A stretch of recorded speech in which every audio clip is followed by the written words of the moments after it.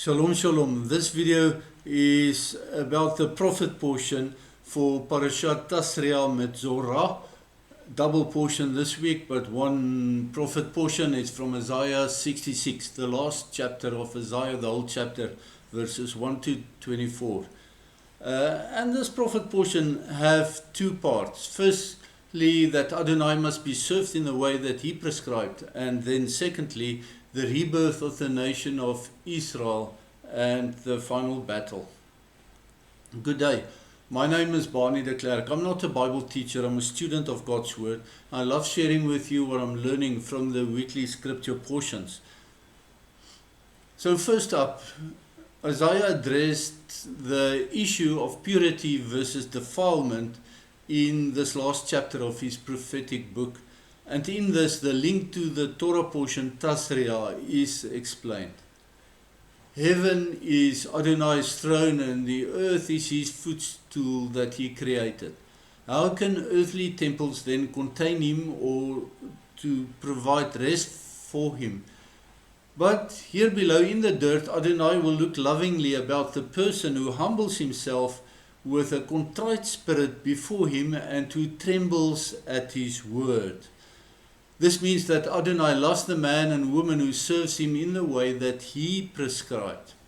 Regarding the people who proclaim to serve him in their own ways, he told Isaiah that they are to him as murderers and abusers of domestic pets, like serving idols and like the enemies of Israel who brought pig's blood to his altar. Prophetically, Isaiah therefore points us to Antiochus IV Epiphanes, and also to the Roman general at the time, he later became Emperor Titus. Adonai said that serving him after your own fashion is on par with these two infamous Antichrist prototypes. This includes celebrating Easter onto the fertility goddess of Ishtar, complete with fertility symbols such as eggs and rabbits, bunnies. And also it extends to Christmas with a totem tree and a big red devil called Old Nick. Yes, the words of the last sentence in Isaiah 66 verse 3, the last sentence in verse 3, said, they've chosen their own way, so their souls delight in their abomination. And that is specifically for the Christian church at large, celebrating Ishtar and Christmas. Therefore, Adonai will choose their punishment, Isaiah says, and the very thing that they fear the most will be brought upon them. That's Isaiah 66 verse 4.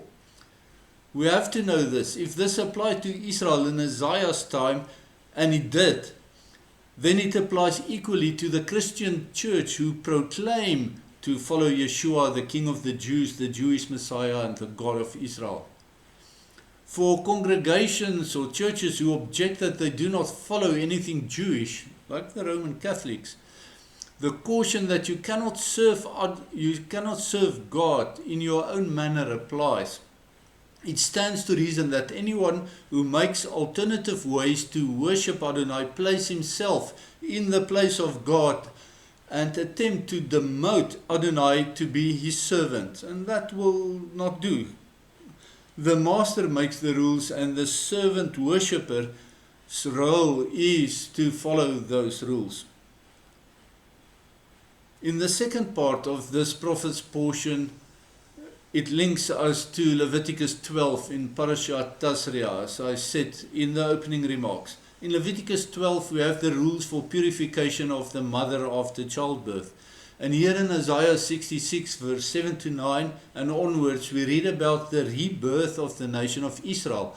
Of course, it had an initial fulfillment after the Babylonian diaspora, but its final fulfillment came about on the 14th of May 1948, when the modern state of Israel was born in a single day. And how the Christian church missed that by large, I just cannot explain. You have to be completely blind not to see it. Okay, Jerusalem was reunified in 1967, just about 20 years later, in the wake of the Six-Day War. And after the war, I'm sorry to say godless, because he was a hero of mine when I grew up, the godless Israeli general Moshe Dayan gave the prized Temple Mount back to the Jordan Waqf after it was captured. In his own words, because the world did not need a second Vatican. That's what Moshe Dayan said. It's a horrible statement, and what an atrocity that he committed. However, Isaiah 66 verse 10 to the end has not seen its final fulfillment yet, and that is coming. That will come together with Ezekiel 38's Gog-Magog battle, which also, of course, because it's the same event, still lies in the future. Isaiah 66 verse 15 describes Yeshua's return. Behold, Adonai will come in fire with his heavenly army, like a whirlwind, with anger, and in his righteous fury he will execute judgment, and he will slay many. It means he will slay all the enemies of Israel. Isaiah specifically mentioned that Yeshua will slay all the pig eaters. Yes, nowhere in the Bible has pork ever been declared as food. You have to read this and know this. The fact that Yeshua will slay the pig eaters also means that they won't be Muslims. And while the Muslims want to create maximum chaos in the world because they believe their Mahdi will come when there's maximum chaos, the Mahdi that will come will be the ram from Daniel 8 that will come so fast out of Levan, which is Europe, and destroy Iran and Islam completely. And so the Mahdi that they're creating chaos in the world for is actually the one who will destroy them. And Daniel 8 says he will be hailed as the savior of the world, but the truth is he will be the Antichrist. And of course then, because Islam will be out of the way, they will be destroyed by the Antichrist. The armies that will come against Israel will not be Muslim armies. It will be the United Nations. Gog-Magog from the north, probably referring to Russia, but joined by the other United Nations country who are pig eaters, because Islam will be destroyed before then. So, okay, I'm getting to that. In fact, Isaiah 66 verse 17 requires a little bit more dissection. If we look at the first part, it says, those who consecrate or dedicate and purify themselves to enter the groves or gardens or orchards, refer to Gentiles who follow rites that were not prescribed to Adonai, by Adonai. In other words, Gentiles who profane his holy name through corrupted religious practices because they want to serve God in the manner that suits them and not the manner that's prescribed by God. And then the next portion is following after one in the midst, or after one in the middle, or going, for me, from the text, I conclude that it must be people going in single file. And the thought is that it's people around a tree, according to several Christian Bible commentators. The Hebrew text does not mention a tree per se, but it merely states echad, echad, meaning one by one. But the Jewish sage Rashi, he also saw the tree in the middle of a garden, and he understood it to be an idol. And then my take on what Rashi wrote is that he was talking, and Isaiah was talking to a Christmas tree. Then the last part of Isaiah 66 verse 17 refers to eating vermin, mice and pigs. It's self-explanatory, as people who do not keep the kashrut dietary rules from the Torah are in fact people who reject the entire Torah. The fact that pork consumption is specifically singled out leaves no doubt that the Bible never declared such, I can almost not say fair, but pigs as food.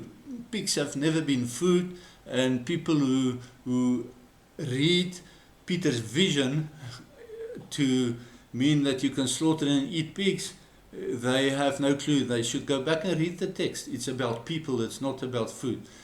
No abomination can ever be counted as acceptable in God's sight. And Isaiah specifically mentions here that the returning Messiah will slay the pig eaters. They will all die together at the hand of the returning Messiah. When Adonai Tsevaot strike the armies of the United Nations against Israel, he will leave some survivors to the battle and commission them to be his missionaries to the nations they came from. Those survivors after the battle of Armageddon will submit to Yeshua, and they will see him, the glory of Adonai. They will then be sent as missionaries to the countries that they hail from to testify about Yeshua as the glory of Adonai, as the God of Israel. These missionaries will bring the people of the earth as living sacrifices to Adonai in Jerusalem. And some of those living sacrifices, the text says, will even serve as Levites and even as priests in the new temple. And this is amazing. And I surmise that those people will be descendants of the tribe of Levi and the family of Aaron, but they will not be aware of their heritage before their appointment. Their calling will come from genetic memory. In that time, during the millennium, Adonai Yeshua will make all things new, even the heavens and the earth. And personally, I like to speculate that we will experience a fairly rapid reversal of continental drift to recreate the ancient pre-flood supercontinent of Gondwana land. Adonai's Moedim will then be celebrated, starting with the Shabbat and the new moons. In Isaiah 66 verse 23 prophesy that visitors to the new temple will sing the song of Moses and the Lamb. That song is written, or a small part of it's written, in the book of Revelation chapter 15 verse 4. The first part, of course, is the song of Moses that's recorded in Exodus, the book of the Exodus. And then in Isaiah 66 verse 24, when the worshippers of the nations leave the temple, they will be made to see into Gehenna and witness the people who rebelled against Adonai, who will be in hell, who will be eaten by worms. And that will be a stark and a constant reminder of human history in rebellion against Adonai and against his ways and against his people, meaning through the persecution of his chosen people. It's a fascinating chapter. I hope that I'm encouraging to read that for yourself. I pray that Adonai Eloheinu will bless you and keep you, that he will shine his face upon you and be gracious to you, that he will lift his countenance upon you, and that he will give you shalom. Shalom, shalom.